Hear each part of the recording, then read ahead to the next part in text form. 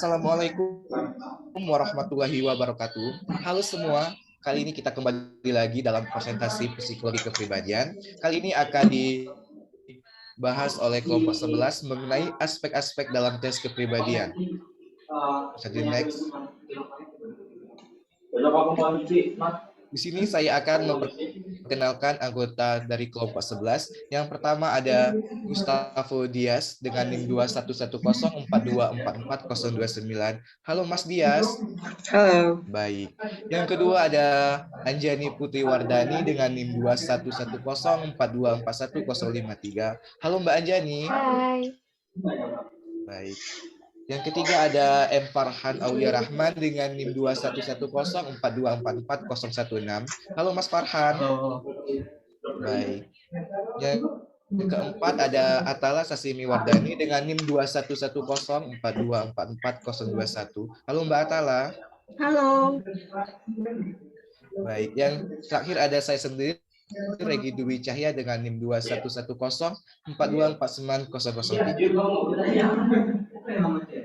Nah, selanjutnya pokok bahasan dari kelompok 11. Yang pertama ada aspek kepribadian, yang kedua ada tes kepribadian, yang ketiga ada hakikat tes kepribadian, yang keempat tujuan tes kepribadian, yang kelima ada fungsi tes kepribadian, yang keenam ada metode tes kepribadian, dan yang terakhir ada jenis-jenis tes kepribadian. Nah, pokok pembahasan yang pertama mengenai aspek kepribadian akan dijelaskan oleh Mbak Atala. Kepada Mbak Atala, saya persilahkan. Baik, terima kasih kepada moderator atas waktunya. Di sini saya akan menjelaskan tentang aspek-aspek kepribadian. Sebelum mengetahui apa saja aspek-aspek kepribadian, mari kita terlebih dahulu mengingat apa sih itu maksud dari kepribadian itu sendiri. Jadi, kepribadian merupakan suatu susunan sistem psikofisik, psikis, dan fisik yang terpadu dan saling berinteraksi dalam mengarahkan tingkah laku yang kompleks dan dinamis dalam diri seorang individu. Yang menentukan penyelesaian diri individu tersebut terhadap tingkah lakunya, sehingga akan nampak dalam tingkah lakunya yang unik dan berbeda dari orang lain. Lalu apa saja yang terdapat pada aspek-aspek kepribadian? Yang pertama ada individu terpengaruh oleh aspek ketidaksadaran.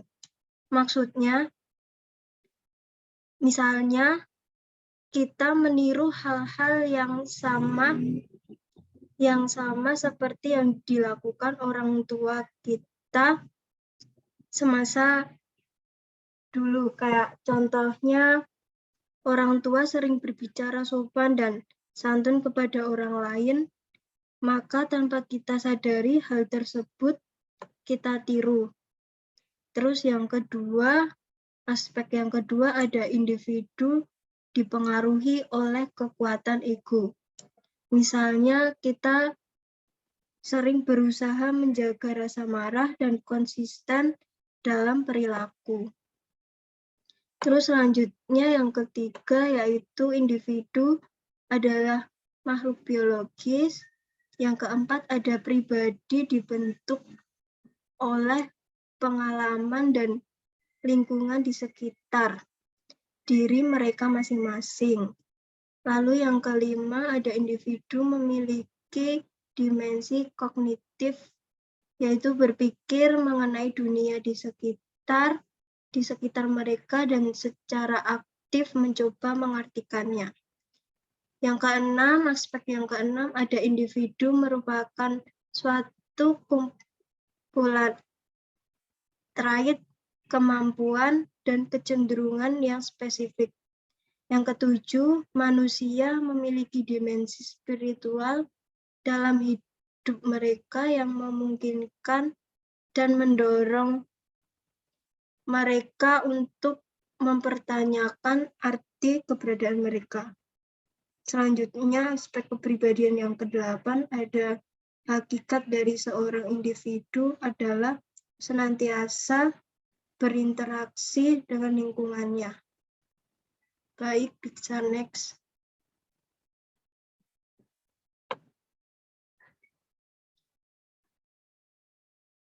Selanjutnya materi yang kedua yaitu tentang tes kepribadian.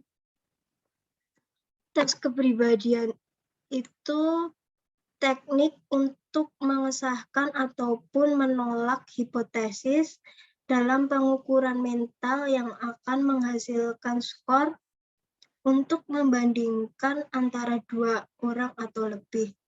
Tes kepribadian disusun untuk mengukur bermacam-macam faktor psikologis tertentu yang biasanya juga berkaitan dengan kemampuan fisik seseorang.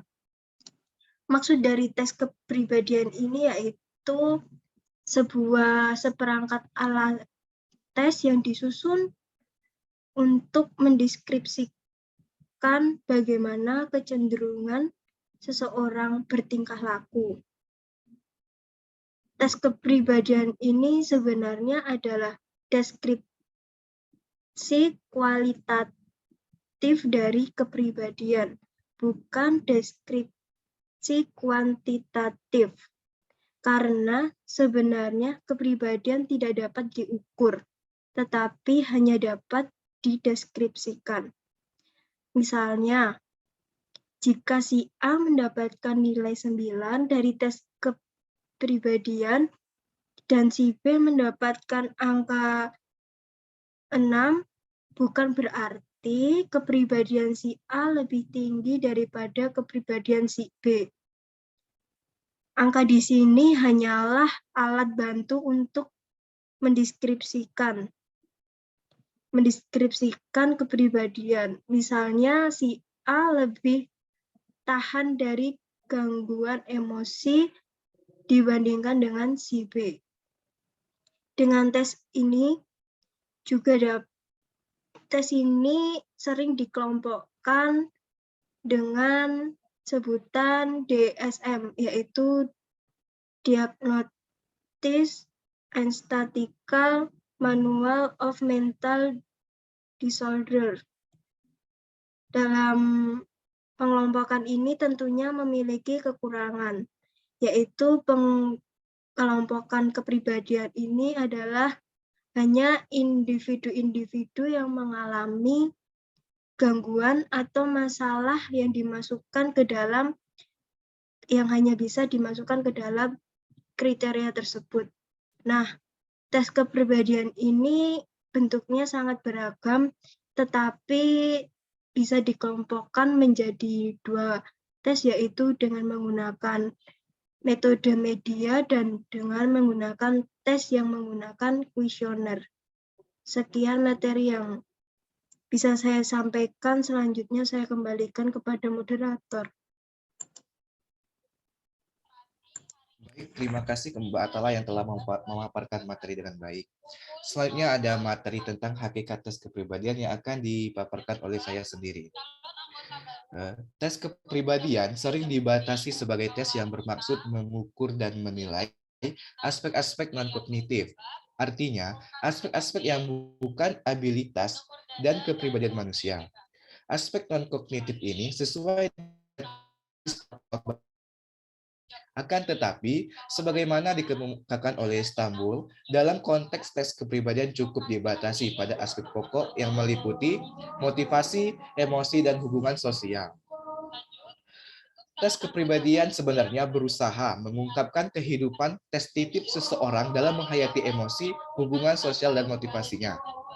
Dalam mengungkapkan kognitif testif dan ciri-ciri khusus kepribadian ini agar testi dapat mengekspresikan kehidupan batinnya dan memperoleh hasil yang dapat dipercaya. Maka seringkali dalam tes kepribadian itu ada kecenderungan yang menyembunyikan tujuan yang sebenarnya. Dengan demikian, testi tidak mengerti maksud apakah di balik pertanyaan, tugas, atau pernyataan yang harus ditanggapinya. Sehingga tidak ada pilihan lain kecuali mengungkapkan kehidupan testifnya dalam derajat kejujuran tertentu. Bisa di next.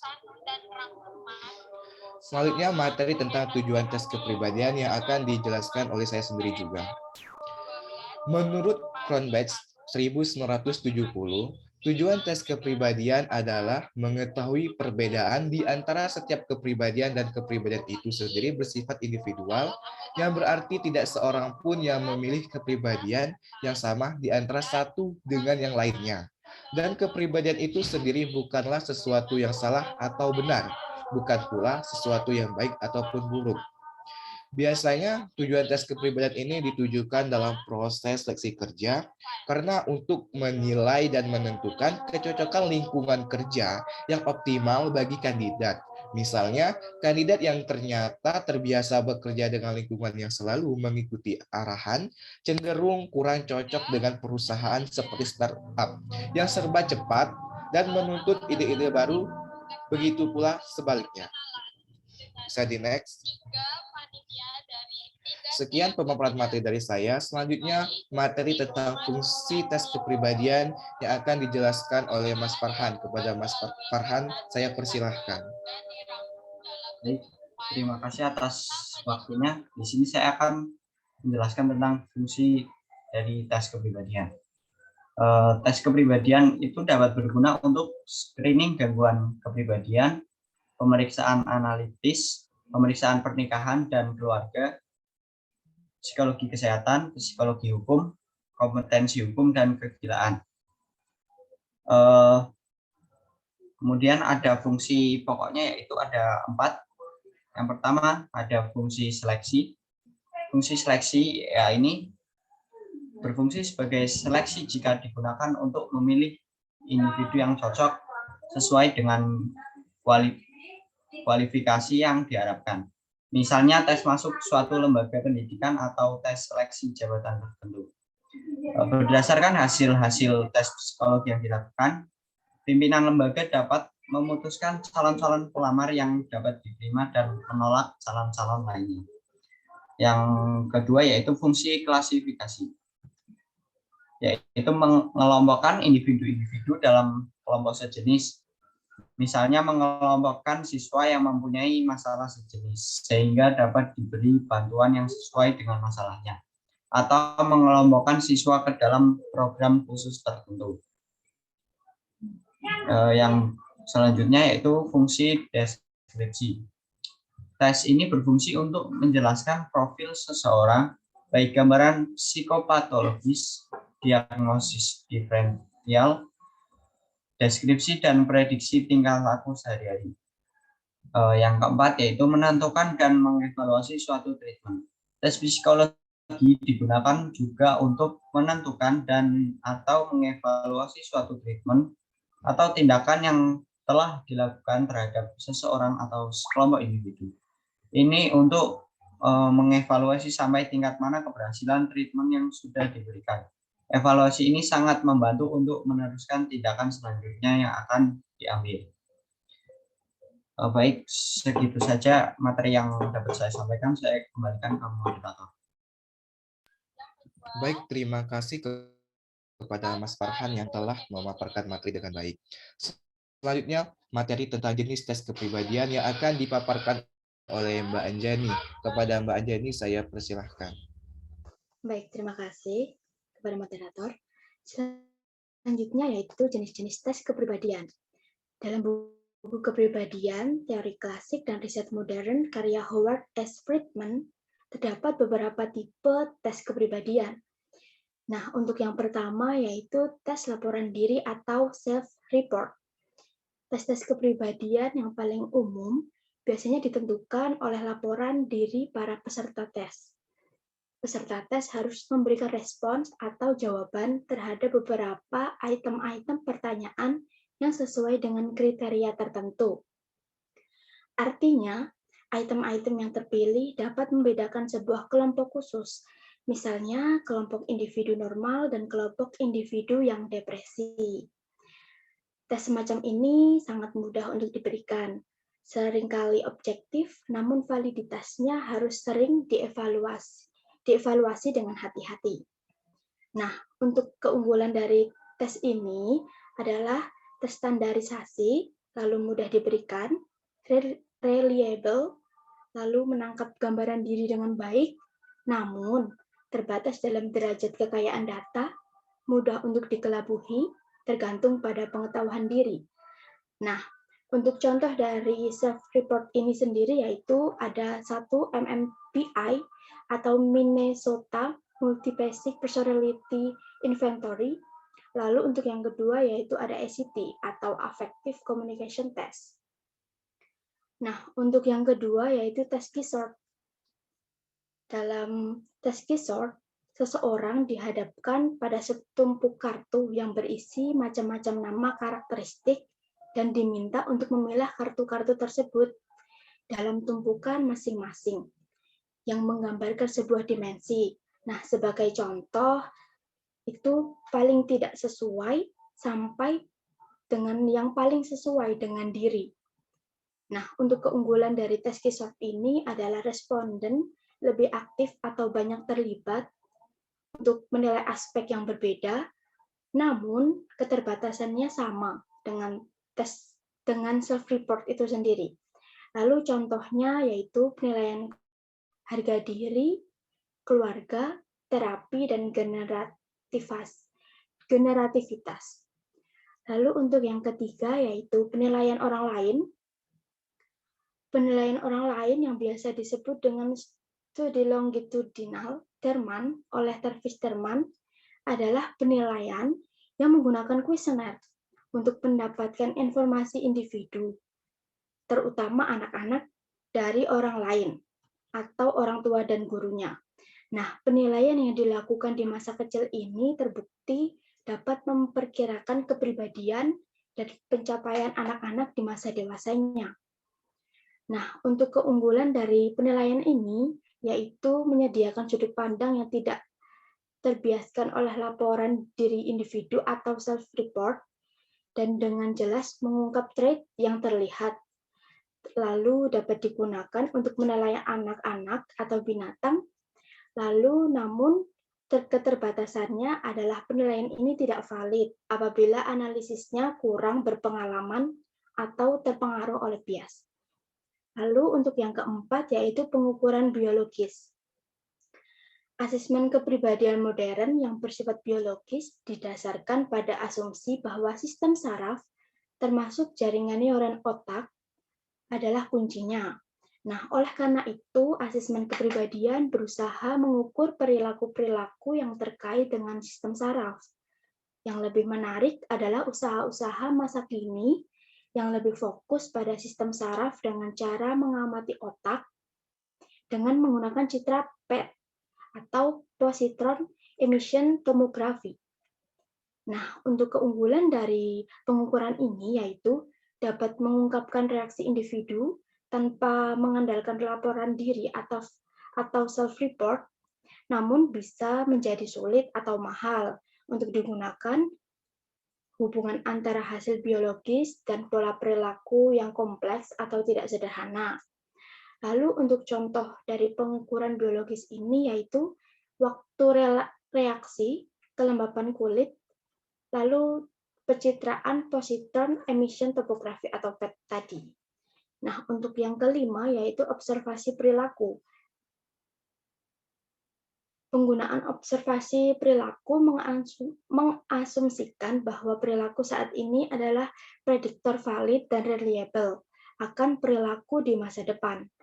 Keunggulan observasi perilaku ini adalah dapat menangkap apa yang sebenarnya orang lakukan, namun dapat sulit diinterpretasikan sebagai kepribadian atau tidak mewakili keseluruhan tentang perilaku seseorang. Lalu untuk yang keenam yaitu wawancara. Wawancara klasik dalam psikologi adalah wawancara psikoterapi, di mana klien menceritakan pengalaman hidupnya yang penting atau bermasalah. Keunggulan mengukur kepribadian dengan wawancara adalah dapat menggali informasi secara mendalam dan dapat menggunakan pertanyaan lanjutan sehingga sangat fleksibel. Namun, bisa terkena bias dari pewawancara atau responden, mahal dan juga menghabiskan waktu. Lalu untuk yang ketujuh yaitu perilaku ekspresif. Menilai dari perilaku ekspresif adalah cara yang baik untuk melihat karisma pribadi atau cara ini lebih valid. Namun, juga lebih menuntut kemampuan yang tinggi dari penganalisisnya. Sebagai contoh, orang-orang dari bagian selatan yang cenderung lambat karena merupakan budayanya. Berbeda dengan logat orang-orang New York yang mungkin merupakan kepribadiannya. Nah, keunggulan menilai dengan perilaku ekspresif ini dapat menangkap gaya hidup unik yang sebenarnya, termasuk perilaku yang samar dan emosi, namun dapat juga sulit untuk ditangkap, dikodekan, dan diinterpretasikan. Lalu untuk yang ke-8 yaitu analisis dokumen dan riwayat hidup. Mungkin tidak mengejutkan untuk mengetahui bahwa catatan harian dan catatan pribadi lainnya dapat menjadi sumber informasi yang kaya mengenai kepribadian. Gordon Allport menganggap surat dan catatan harian sebagai sumber yang sempurna untuk studi mengenai perubahan kepribadian, karena benda-benda itu ditulis dalam jangka waktu yang lama. Dan berpendapat bahwa surat dan catatan harian ini dapat menjadi ujian yang baik mengenai nilai sebuah teori kepribadian. Keunggulan menganalisis dokumen ini yaitu dapat digunakan untuk menganalisis individu selama jangka waktu yang lama, detail, dan objektif. Bahkan bisa digunakan untuk orang yang sudah meninggal. Namun, hanya menunjukkan aspek-aspek tertentu dari seseorang dan mungkin tidak tersedia dalam peristiwa penting. Lalu untuk yang ke-9 yaitu proyektif test. Tes proyektif adalah teknik asesmen yang berusaha mempelajari kepribadian melalui penggunaan stimulus, tugas, atau situasi yang relatif tidak terstruktur. Karena tes ini memungkinkan seseorang untuk memproyeksikan motivasi dalam dirinya ke alat tes yang diberikan. Nah, selain membuat gambar, tes proyektif juga mencakup bercerita, melengkapi kalimat, dan melakukan asosiasi kata. Keunggulannya yaitu dapat menggali lebih dalam dan menganalisis aspek yang tidak dapat terungkap dalam self-report, dapat memunculkan pemahaman untuk penelitian lebih lanjut. Namun, sering memiliki masalah reliabilitas dan validitas. Contoh dari tes proyektif ini yaitu Draw a Person, Include Process Judge, lalu Thematic Apperception Test atau TAT. Lalu untuk yang terakhir yaitu demografi dan gaya hidup. Demografi adalah semua informasi data statistik yang relevan mengenai populasi, misalnya umur, budaya, tempat lahir, agama, keluarga, dan seterusnya. Namun, jika suatu demografi tidak dikaitkan dengan informasi demografi lain, maka bisa menyesatkan. Seperti halnya kasus saudara kembar yang memiliki karakteristik demografis yang sama, tetapi memiliki kepribadian yang sangat berbeda. Nah, keunggulan untuk menggunakan jenis tes ini yaitu dapat menunjukkan kerangka dan pengelompokan di mana individu hidup, namun pada dasarnya tidak menceritakan banyak mengenai orang itu sendiri. Baik, sekian materi yang dapat saya sampaikan. Saya kembalikan ke moderator. Terima kasih. Baik, terima kasih kepada Mbak Anjani yang telah memaparkan materi dengan baik. Selanjutnya materi tentang metode tes kepribadian yang akan dijelaskan oleh Mas Dias. Kepada Mas Dias, saya persilahkan. Terima kasih moderator atas waktunya. Saya akan menyampaikan materi metode-metode tes kepribadian. Yang pertama ada Big Five Personality Model atau OSEAN. Dibuat pada tahun 1961 dan dianggap sebagai kerangka kepribadian terbaik dan terlengkap menurut Consensus of Researchers and Psychologists Worldwide. Disusun oleh Dickman pada tahun 1990. Tes kepribadian ini menyangkut 5 hal. Yang pertama, terbuka terhadap hal baru. Kedua, ada sifat berhati-hati. Yang ketiga, ada ekstraversi. Dan keempat, neurotisme. Dan yang kedua, tes yang kedua ada Myers-Briggs Type saya ulang. Myers-Briggs Type Indicator atau MBTI. Pertama kali muncul pada tahun 1944. Dibuat oleh seorang ibu dan anak yang bernama Catherine Briggs dan putrinya Isabel Myers. Anda bisa menemukan MBTI di mana-mana, mulai dari media sosial hingga percakapan sehari-hari. Meskipun MBTI banyak mendapatkan kritik luas karena kurangnya bukti untuk validitas dan kurangnya bukti untuk validitas dan reliabilitasnya sebagai alat psikometri. Yang ketiga, ada tes dominance atau DISC. Merupakan alat penilaian kecenderungan tipikal perilaku, bukan kepribadian. Orang tipe D lebih memiliki karakter yang suka to the point, alias apa adanya. Tidak senang bertele-tele. Menyangkut hal influence atau berpengaruh. Yang kedua, steadiness atau kemantapan. Ketiga, compliance atau kepatuhan. Dan yang keempat, yang terakhir ada tes Edward Personal Preference Schedule atau EEPS. Tes ini terdiri atas pilihan-pilihan jawaban yang mencerminkan diri sendiri, seorang individu. Tes ini digunakan untuk mengetahui seberapa besar motivasi, kebutuhan, dan motif ini digunakan untuk mengetahui dan seseorang. Saya ulang lagi. Dan motif seseorang. Tes ini disusun oleh Edward berdasarkan teori H.A. Murray tentang kebutuhan. Menyangkut hal arrangement, difference, order, exhibition, autonomy, application, interception, succurrence, dominance, abusement, nurturance, change, endurance, heterosexuality, dan aggression.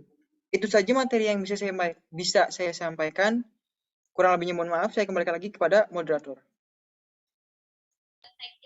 Sekian pemaparan terima kasih kepada Mas Dias yang telah memperjelaskan materi dengan baik. Selanjutnya, sekian pemaparan materi dari kelompok 11. Bagi teman-teman yang ingin bertanya, silakan mengajukan di kolom komentar Google Classroom. Jika selama proses pemaparan materi dari kami ada kesalahan kata maupun teknisi, kami mohon maaf. Sekian dan terima kasih. Wassalamualaikum warahmatullahi wabarakatuh.